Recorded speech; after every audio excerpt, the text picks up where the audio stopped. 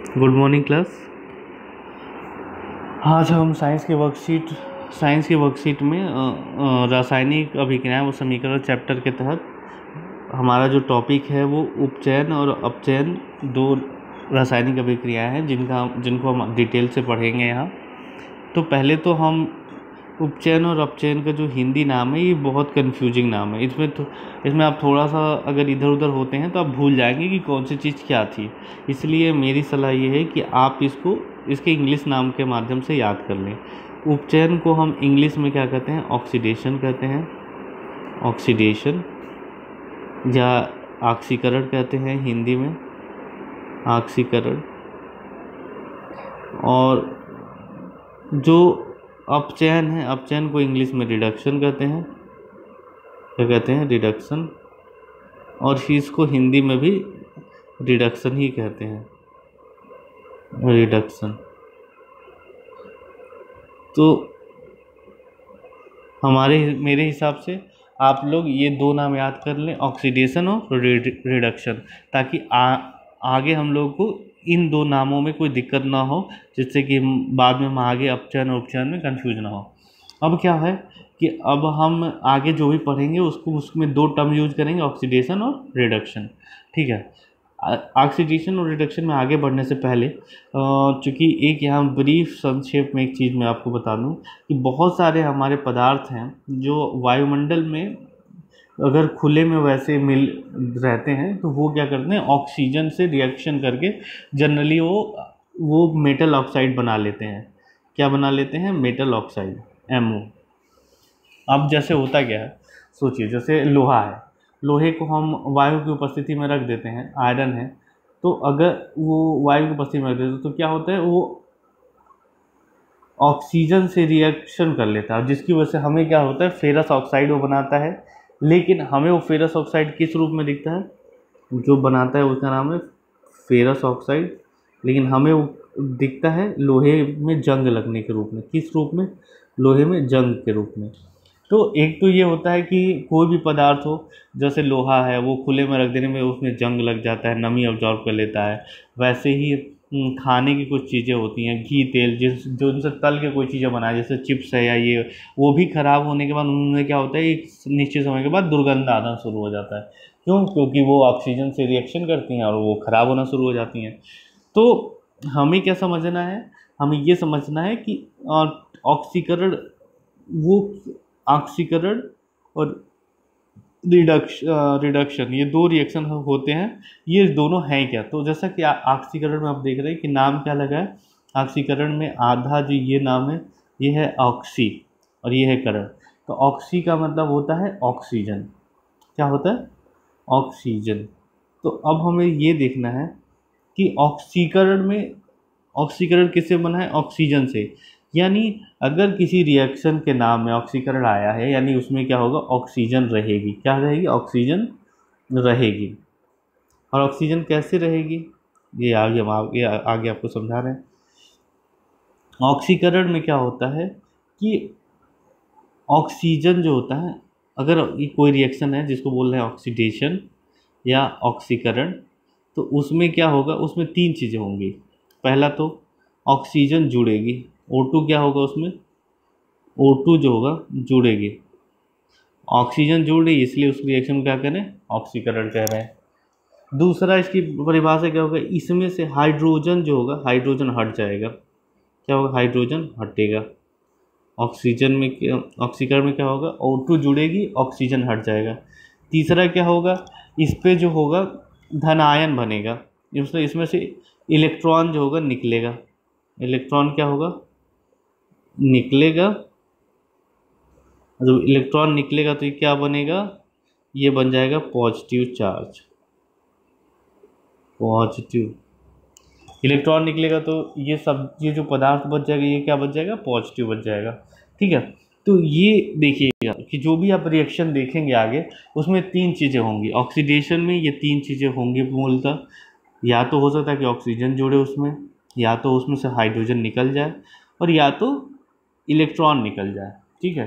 तो ये अगर ये ऑक्सीडेशन है, तो अब आपको क्या करना है, अगर मान लीजिए यही रिडक्शन है, अगर एक आपको पूछा था कि जब ऑक्सीडेशन में ये हो रहा है तो रिडक्शन में क्या होगा, तो रिडक्शन में जस्ट इसी का उल्टा होगा। O2 यहाँ जुड़ रहा था, यहाँ रिडक्शन में क्या होगा, O2 निकल जाएगा। यहाँ हाइड्रोजन हट रहा था, यहाँ पे हाइड्रोजन जुड़ जाएगा। यहाँ इलेक्ट्रॉन निकल रहा था, यहाँ इलेक्ट्रॉन जुड़ जाएगा। तो जस्ट ऑक्सीडेशन का उल्टा क्या होता है, रिडक्शन। अब देखिए इसके यहाँ पे आपको डिफरेंस भी बता दिया गया कि जो कार्बन है, ऑक्सीजन ऑक्सीकरण है, यानी ऑक्सीजन इसमें जुड़ेगा, तो देखिए C+O बराबर CO2 मिलकर बना। किसी पदार्थ में हाइड्रोजन निकलना, जैसे H2S है हाइड्रोजन सल्फाइड और प्लस O2 है, ऑक्सीजन से रिएक्ट किया तो ऑक्सीजन जुड़ी इसमें। अब देखिए हाइड्रोजन क्या हो गया, सल्फर के से निकल के H2O में आ गया और सल्फर से हाइड्रोजन निकल गया, ये सल्फर बच गया। तो क्या हो रहा है, यहाँ पर देख रहे हैं कि हाइड्रोजन भी यहाँ से निकल जा रहा है। जिंक है, जिंक देखिए यहाँ पे क्या है, जिंक है, पहले इसके ऊपर कोई चार्ज नहीं है, यानी ये न्यूट्रल है, जीरो है। और जिंक से क्या हो रहा है कि यहाँ ऑक्सीजन, दो इलेक्ट्रॉन निकल रहे हैं, दो इलेक्ट्रॉन निकल रहे हैं ना, तो दो इलेक्ट्रॉन निकल रहे हैं, तो अभी बोला मैंने कि इलेक्ट्रॉन हटेगा तो क्या होगा, ऑक्सीकरण, तो ये रिएक्शन ऑक्सीकरण होगी। और उसके निकलने के फलस्वरूप जो बचा वो क्या हो गया, पॉजिटिव चार्ज। तो देखिए यहाँ पॉजिटिव चार्ज हो गया, तो ये ऑक्सीकरण हुआ। अब जस्ट इसी का उल्टा, यहाँ ऑक्सीजन क्या हुआ था, जुड़ी थी, तो यहाँ ऑक्सीजन निकल जाएगी। देखिए यहाँ पे MgO है, इसमें CO के साथ, कार्बन के साथ रिएक्ट किया, ये Mg बन गया CO। यहाँ से ऑक्सीजन मैग्नीशियम ऑक्साइड के पास से ऑक्सीजन क्या हो गई, निकल गई, तो ये क्या हो गया, ये हो गया आपका रिडक्शन। यहाँ देखिए हमने बोला था यहाँ हाइड्रोजन निकल रही है, यहाँ पे हाइड्रोजन क्या कर रही थी, निकल रही थी, तो यहाँ पे हाइड्रोजन क्या करेगी, जुड़ जाएगी। देखिए सोडियम के साथ हाइड्रोजन है, जुड़ गई, सोडियम यहाँ पे सोडियम के साथ हाइड्रोजन जुड़ गया, है ना, सोडियम हाइड्राइड NaH हो गया। यहाँ देखिए इस रिएक्शन में क्या हो गया था, इस रिएक्शन में आपके लास्ट वाले रिएक्शन में यहाँ पे जिंक में क्या होगा, तो इलेक्ट्रॉन ये निकल रहा था, यहाँ देखिए जिंक है, इसमें प्लस इलेक्ट्रॉन ये जुड़ रहा है, तो ये बन गया जिंक, यहाँ इलेक्ट्रॉन का योग है, तो ये रिडक्शन हो गया और ये आपका ऑक्सीडेशन हो गया, है ना। तो ये दो रिएक्शन हो गया, ऑक्सीडेशन और रिडक्शन। अब देखिए आगे हमारा क्या है कि अगर कहीं कहीं ऐसा होगा, आपको ऐसा मिलेगा कि दोनों अभिक्रियाएं एक साथ होंगी किसी किसी रिएक्शन में। तो जब अगर किसी रिएक्शन में ऐसा होता है कि ऑक्सीडेशन, है ना, और प्लस रिडक्शन दोनों अभिक्रिया साथ होने लगती है, तो इसको बोलते हैं रेडॉक्स रिएक्शन। यहाँ से रिडक्शन से RED आगे लिख दिया जाता है, RED, और यहाँ जो है OX, है ना, तो इसको लगा दिया रेडॉक्स, ठीक है ना। मतलब ये दोनों से मिल गया, रिडक्शन और ऑक्सीजन मिल के क्या बना, रेडॉक्स। यानी ऐसी अभिक्रिया जिसमें ये दोनों चीज़ें हो रही हों तो उसको क्या बोलेंगे, रेडॉक्स रिएक्शन बोलेंगे। अब देखिए जैसे कि ये है कॉपर CuO और ये है हाइड्रोजन, तो अब देखिए इसमें क्या हो रहा है कि यहाँ पे है कॉपर है, कॉपर से क्या हो रहा है कि कॉपर से ऑक्सीजन क्या हो रहा है, निकल रहा है। तो जब कॉपर से ऑक्सीजन निकलेगा, देख रहे हैं यहाँ पे कि कॉपर है, कॉपर ऑक्साइड है CuO से यहाँ पे Cu में देखते हैं क्या वो ऑक्सीजन निकल गया, ऑक्सीजन जब निकल गया तो ये क्या हो गया, रिडक्शन रिएक्शन। और ये देखिए हाइड्रोजन है, हाइड्रोजन क्या हो गया, हाइड्रोजन आपका यहाँ पे अलग था, अब यहाँ हाइड्रोजन आके ऑक्सीजन के साथ जुड़ गया। तो जब ऑक्सीजन जब यहाँ जुड़ेगा तो ये क्या होगा आपका, ऑक्सीडेशन रिएक्शन। किसी एक को लेके चलिए, देखिए यहाँ पे ऑक्सीजन यहाँ से निकला Cu में तो ये रिडक्शन हो गया, और यहाँ ऑक्सीजन इसमें हाइड्रोजन में जुड़ गया तो ये ऑक्सीडेशन हो गया। और ये चूँकि दोनों अभिक्रिया एक ही रिएक्शन में हो रही है CuO में, ये एक रिएक्शन में दोनों अभिक्रियाएं हो गई, इसलिए इस अभिक्रिया को क्या बोलते हैं, रेडॉक्स रिएक्शन। क्या बोलेंगे, रेडॉक्स रिएक्शन, ठीक है। तो ये आपकी ये यहाँ तक हो गया कि आपको ऑक्सीडेशन रिएक्शन क्या होता है, रिडक्शन रिएक्शन क्या होता है, और रेडॉक्स रिएक्शन क्या होता है। अब आप अगला प्रश्न देखिए, अभ्यास के प्रश्न। तो अभ्यास के प्रश्न में क्या होता है कि अपचयन और उपचयन में एक अंतर, मतलब ये क्या है, ऑक्सीडेशन और रिडक्शन में डिफरेंस पूछा है। तो बता दिया मैंने, ऑक्सीडेशन में O2 पहला तो ऑक्सीजन को लेके देखेंगे, दूसरा हाइड्रोजन को देखेंगे, और तीसरा इलेक्ट्रॉन को लेके देखेंगे। तो 3 अंतर है, आप में एक अंतर पूछा, आप कोई भी एक अंतर लिख दीजिए, ठीक है। अगला क्वेश्चन देखिए, लिखा है कि निम्नलिखित समीकरणों में से पहचान कीजिए कि कौन सा पदार्थ उपचयित या अपचयित हुआ है। मतलब आपको ये बताना है कि कौन सा, इन सारे रिएक्शन में बताना है कि कौन सा पदार्थ या तो ऑक्सीडाइज हो रहा है और या तो उसका रिडक्शन हो रहा है। अब एक चीज़ बता दूं मैं आपको कि जिस केमिकल रिएक्शन का में ऑक्सीडेशन हो रहा था, जैसे मान लीजिए कि कॉपर था, और अगर वो O2 से जुड़ जाए, है ना, अगर कॉपर है और यहाँ देख लीजिए आप, अगर कॉपर है और O2 से जुड़ रहा है, O से, तो क्या बन रहा है, कॉपर ऑक्साइड CuO। अब मैंने बोला था कि भाई किसी में अगर ऑक्सीजन जुड़ता है तो वो रिएक्शन क्या होगा, वो होगा ऑक्सीडेशन रिएक्शन, है ना, ऑक्सीडेशन रिएक्शन होगा। तो अगर जिस क्रिया में ऑक्सीडेशन रिएक्शन हो और जिसका ऑक्सीडेशन हो, उस पदार्थ को बोलते हैं ऑक्सीडाइज्ड। क्या बोलते हैं, ऑक्सीडाइज्ड, ऑक्सीकृत। क्या बोलते हैं, ऑक्सीकृत।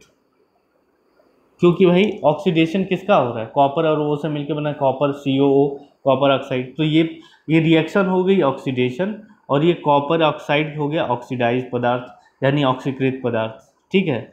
अब उसी तरह अगर रिडक्शन हो किसी पदार्थ में, जैसे कि मान लो कि आपका H, ये H2O था, ये अगर टूट जाए H में, ठीक है, 2H में, और प्लस यहाँ O बन जाए हाफ O, तो यहाँ पे क्या हो, ऑक्सीजन यहाँ से रिप्लेस हो गई, तो ये क्या हो रहा है, ये यहाँ रिडक्शन हो रहा है।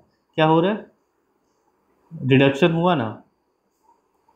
तो जब रिडक्शन हो रहा है, तो रिडक्शन होगा तो ये पदार्थ, ये रिएक्शन क्या होगा, रिडक्शन कहलाएगा, लेकिन ये पदार्थ क्या होगा, रिड्यूस्ड हो जाएगा। इस पदार्थ को क्या कहेंगे, रिड्यूस्ड पदार्थ, यानी अपचयित पदार्थ। क्या बोलेंगे, अपचयित, अपचयित पदार्थ, अपचयित पदार्थ। ठीक है।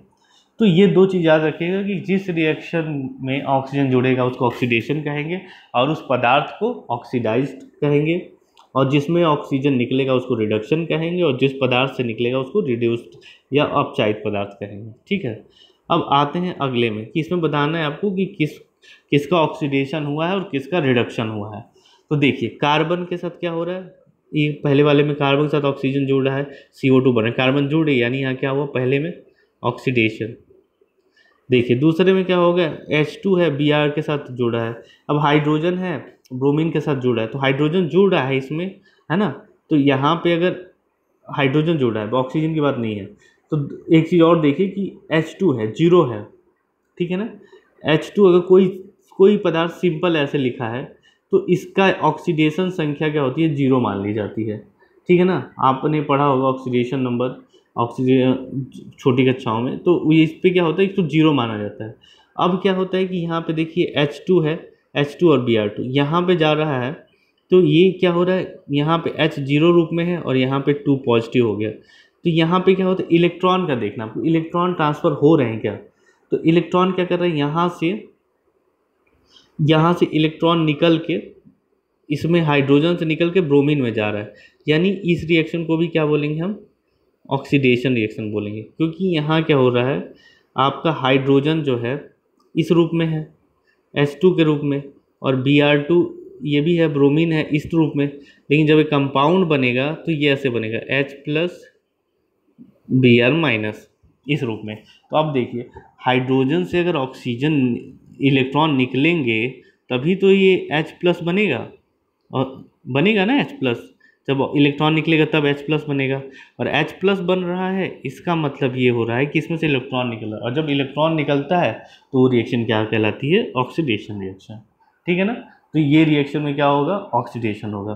ठीक है। अगला देखते हैं, अगला है 4HCl+O2।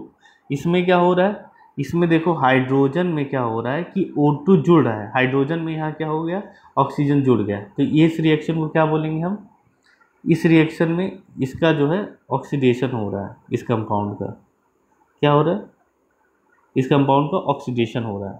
ठीक है ना, क्योंकि इसमें ऑक्सीजन जुड़ गया है। अब देखिए